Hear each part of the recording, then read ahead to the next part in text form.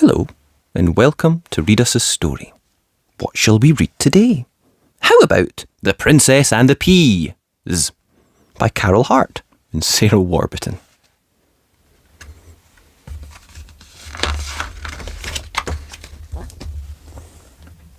Lily Rose May was a sweet little girlie. Her eyes were bright blue, and her hair was so curly. She lived with her dad in a beautiful wood. She was kind and polite, and was usually good. She did all her homework and cleaned out the rabbits. She didn't pick her nose or have other bad habits. She kept her room neat and was eager to please until... One day, her daddy tried feeding her peas. When Lily Rose May found the peas on her plate, she worked herself into a terrible state. "But darling," said Dad, "can't you manage a few? They're ever so tiny and so good for you." Lily ran out, her dinner uneaten, but Dad was determined he wouldn't be beaten.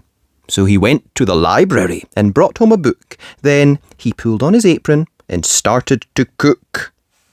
The Desperate Housewife: How to Love Peas and Other Unsavoury Vegetables.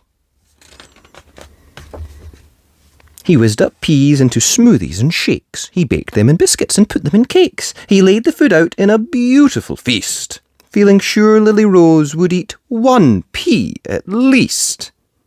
But Lily Rose May said it made her feel poorly. Her hands were all sweaty. Her skin felt so crawly. "My tummy is churning. Oh, turn the page quick. I'm going to be terribly, horribly sick." Next morning, the doctor jumped out of his car, shouting, "Lily Rose May, open wide and say, 'Oh!'" Then he wrote down her symptoms: quite pretty, polite, and allergic to peas. He thought he was right. "With all things considered, I have to assess the disease has no cure. The girl's a princess." "You have to be joking," her father exclaimed. "She's a princess, all right," the doctor explained. And to prove it, he told them a terrible tale of a beautiful maiden caught up in a gale. She came to the palace all covered in snow, crying, "Please let me in. I'm a princess, you know." To make sure the poor girl was telling the truth, the queen made a bed piled as high as the roof, and right at the bottom she snuck in a pea. Then she tucked the girl in with her hot mug of tea. "If the pea wakes her up, we'll have a royal wedding. No princesses can sleep with a pea in her bedding." The poor girl was terribly ill all through the night. She did not sleep a wink. She was bruised black and blue. You see, every princess is allergic to peas, so she said to the queen, "Do get rid of it, please." The queen was so sorry she vowed there and then to never have peas in the palace again. The doctor said, "That is why Lily Rose May should pack up and move to the palace today. Even one pea might kill her. Now pass me my hat." Then he wrote out his bill and was gone, just like that. Lily Rose May gave her daddy a cuddle. "Oh, what shall I do? I'm in such a big muddle. I would so love to live at the palace, it's true, but I want to stay here, in the forest, with you." "I know," soothed her dad, "but the doctor knows best." So they packed all her toys and her clothes in a chest. Then off to the palace went Lily Rose May, with a promise to write to her dad every day. The queen said, "How lovely, a brand new princess. Here, have lots of jewels and a pretty new dress. You'll find all you need up the stairs in your room. Just make sure you come down to dinner at noon."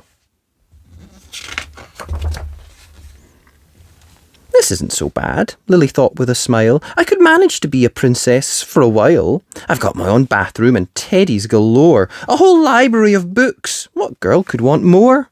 So she put on her dress and some fabulous shoes, had great fun deciding which earrings to choose. She placed a tiara on top of her head, then switched on the TV and bounced on the bed. The clock on the landing was striking midday, so she swept down to lunch in a princessy way. "Ah, there you are, darling," the king and queen smiled. "You're safe now, don't worry, you poor little child. We know you've been having a terrible time. Your own dad gave you peas, what a hideous crime. But now you shall live like a proper princess. Do you know what we're having for lunch, can you guess? Our very best chef made it specially for you. A lovely big bowl of cold cabbage stew." Ugh, yuck!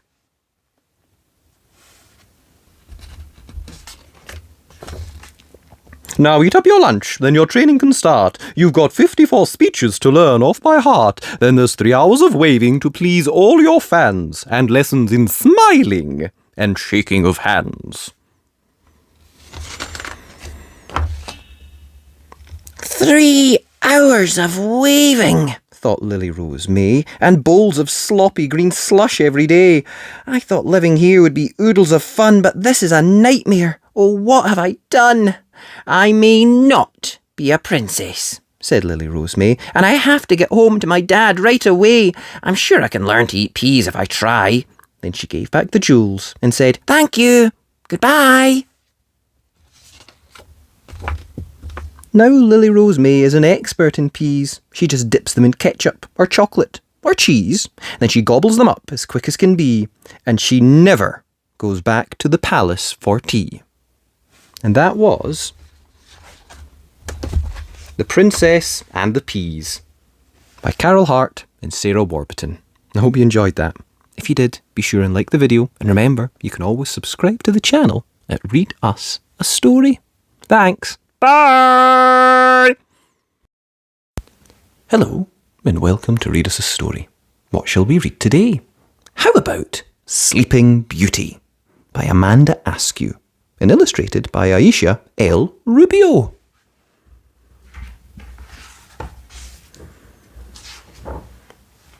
Long ago, there lived a king and queen who gave birth to a beautiful baby girl named Rose.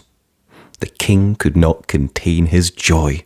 He held a great feast to celebrate.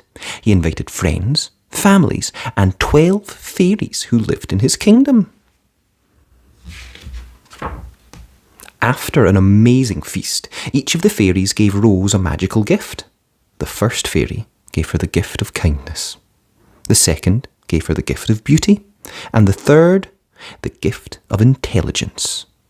As the 12th fairy was about to give her gift, the party was interrupted by the arrival of a 13th fairy. The 13th fairy was angry that she had not been invited. Everyone had forgotten her because she had not left her tower in years. She cursed the child.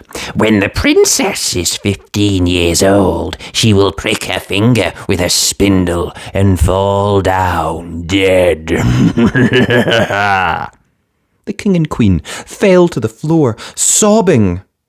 The 12th fairy, whose gift had not been given, stepped forward.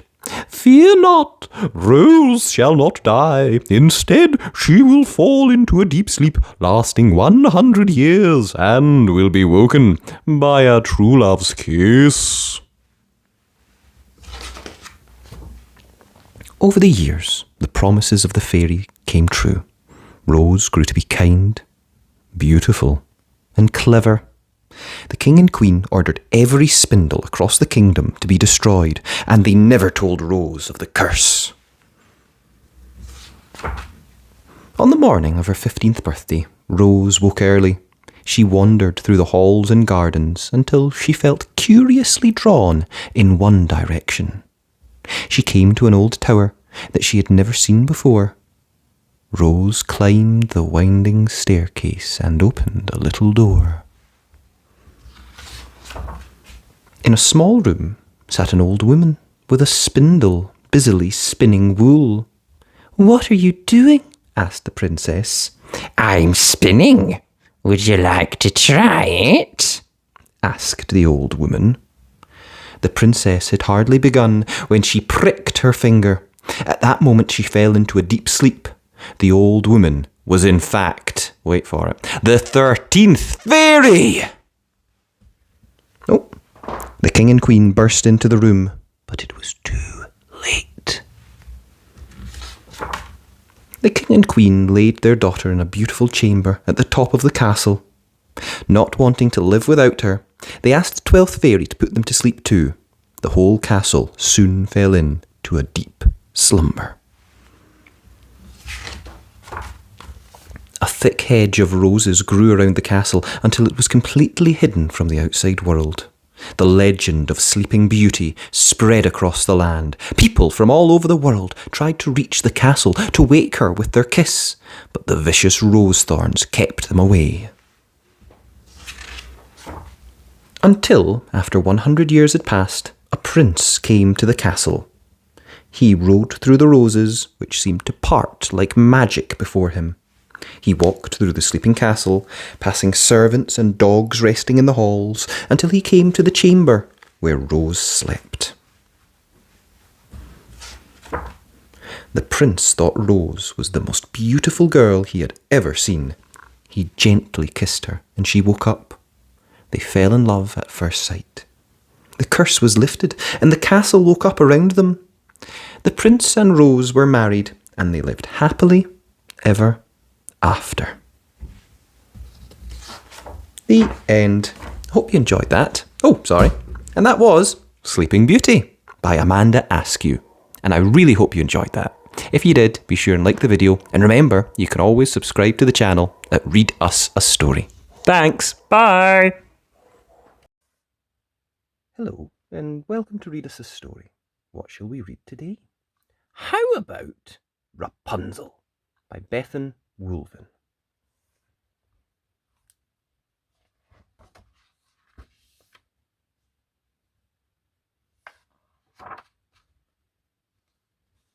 Rapunzel.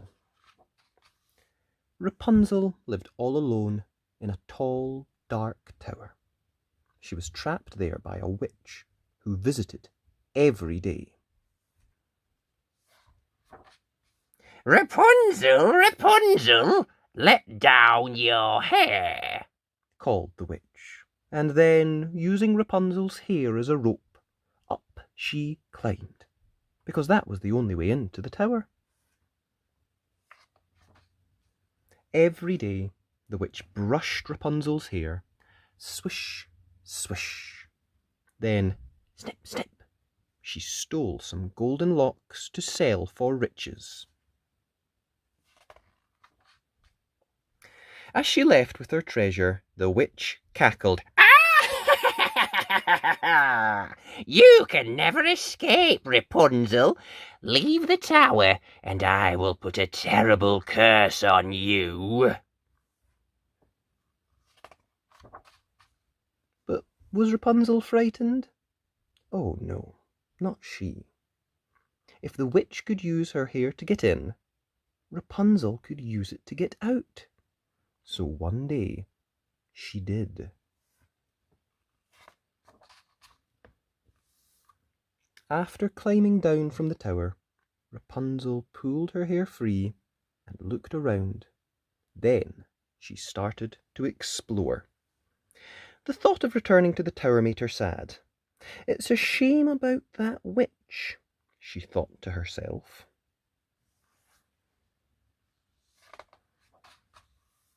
So Rapunzel made a plan.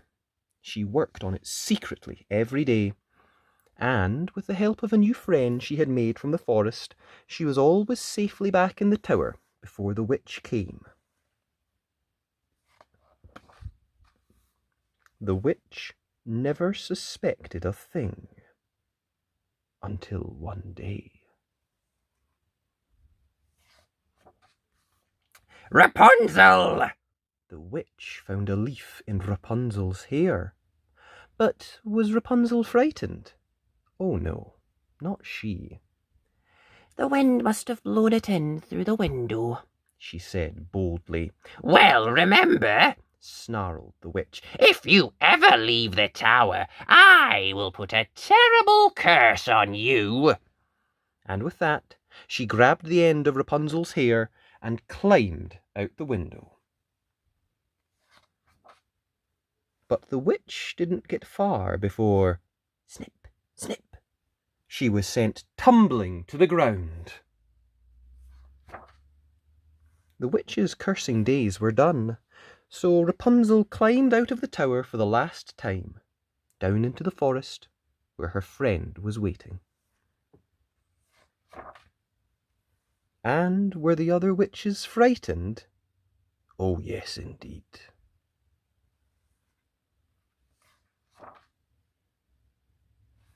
And that was Rapunzel by Bethan Woolven.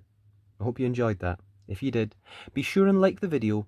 And remember, you can always subscribe to the channel at Read Us a Story. Thanks. Bye! Hello, and welcome to Read Us a Story. What shall we read today? How about Pinocchio? Illustrated by Giuseppe De Lernia.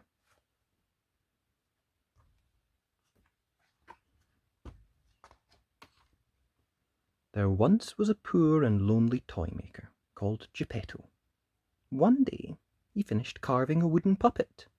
"I'll call you Pinocchio," he said excitedly. "You'll be just like a real boy, and I'll be your papa."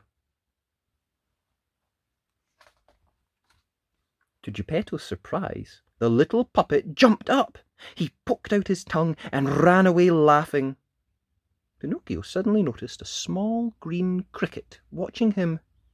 "You're a naughty puppet. You must learn to be good," chirped the cricket. Pinocchio felt guilty. He ran straight back home to Geppetto. "I'll be good and go to school, just like a real boy," he promised. Geppetto was happy to see his little puppet. He even sold his only coat to buy Pinocchio a book for school. The next day, Pinocchio forgot all about his promise to Geppetto when he spotted a new puppet show on his way to school. Nosy Pinocchio crept in to watch. The performers noticed the little wooden puppet straight away. "Join us!" they called out. Pinocchio jumped up on stage. He danced and sang with the other puppets until the end of the very last song.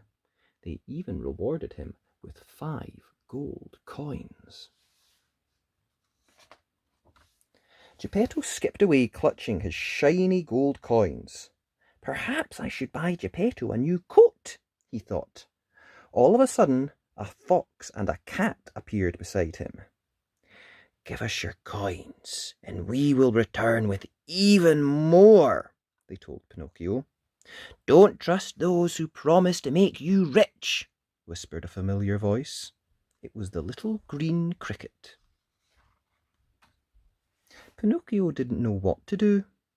The longer he took to decide, the angrier the fox and cat became. Suddenly, the sneaky cat stuck out his paw and tried to snatch Pinocchio's coins. Pinocchio ran to a tree and climbed as high as he could. Try as they might, the fox and cat couldn't reach him or his gold coins.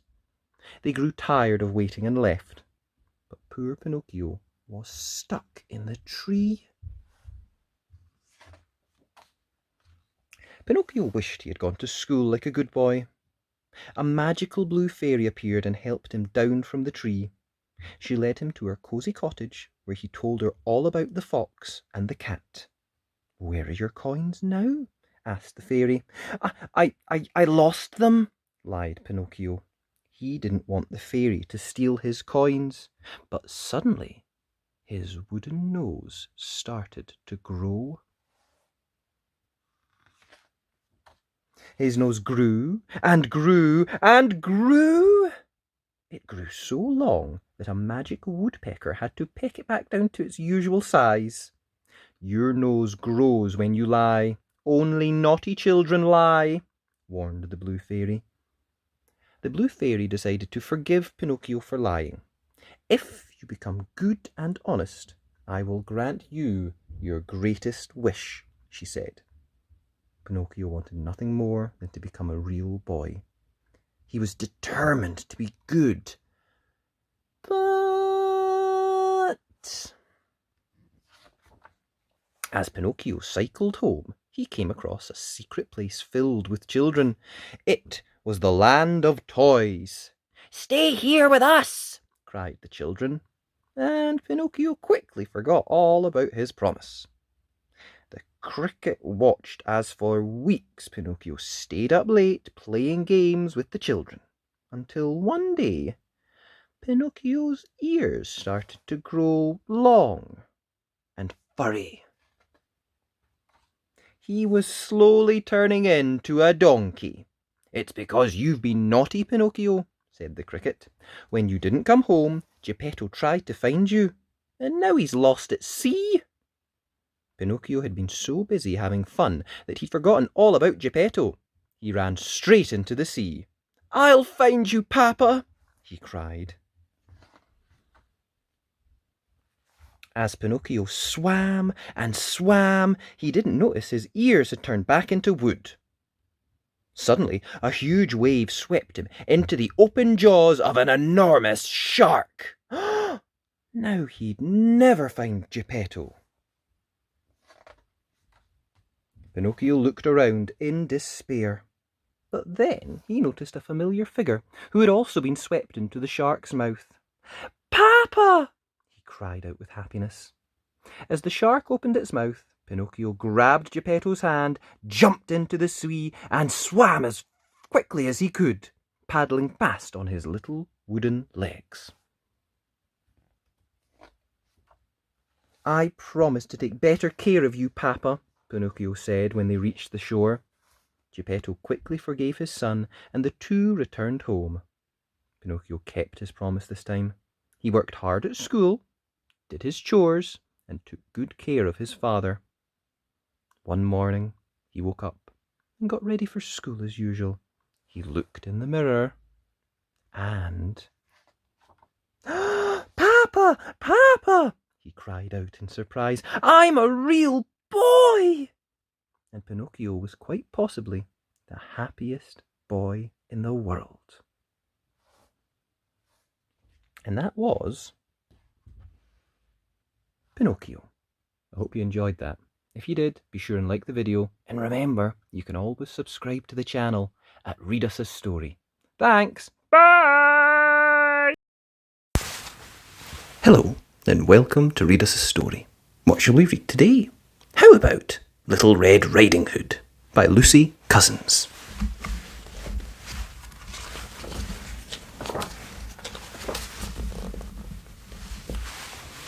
Little Red Riding Hood. Once upon a time, there was a girl called Little Red Riding Hood. Her mother asked her to take a basket of food through the wood to her grandmother, who was ill. Little Red Riding Hood had not gone far when she met a wolf. "Where are you going, Little Red Riding Hood?" the wolf asked. "I am taking a basket of food to my grandmother because she is ill," answered Little Red Riding Hood. "Is that so?" said the wolf with a nasty grin, and away he ran.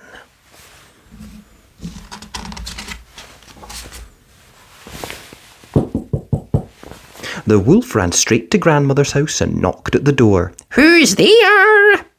"It's me, Little Red Riding Hood," said the wolf in a sweet little voice. "I've brought you a basket of food." "Oh, come on in then," said grandmother.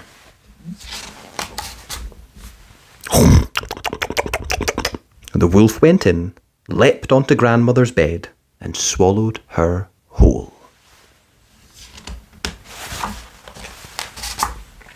After a little while, Little Red Riding Hood arrived at grandmother's house. She walked straight in and over to the bed. "Grandmother, what big eyes you have," she said. "All the better to see you with, my dear," replied the wolf. "Grandmother, what big ears you have. All the better to hear you with, my dear." "Grandmother, what big teeth you have. All the better to eat you with, my dear." And with that, the wolf leapt out of bed and gobbled up Little Red Riding Hood. Oh dear. A hunter was passing by and heard the noise. He came in and saw the wicked wolf.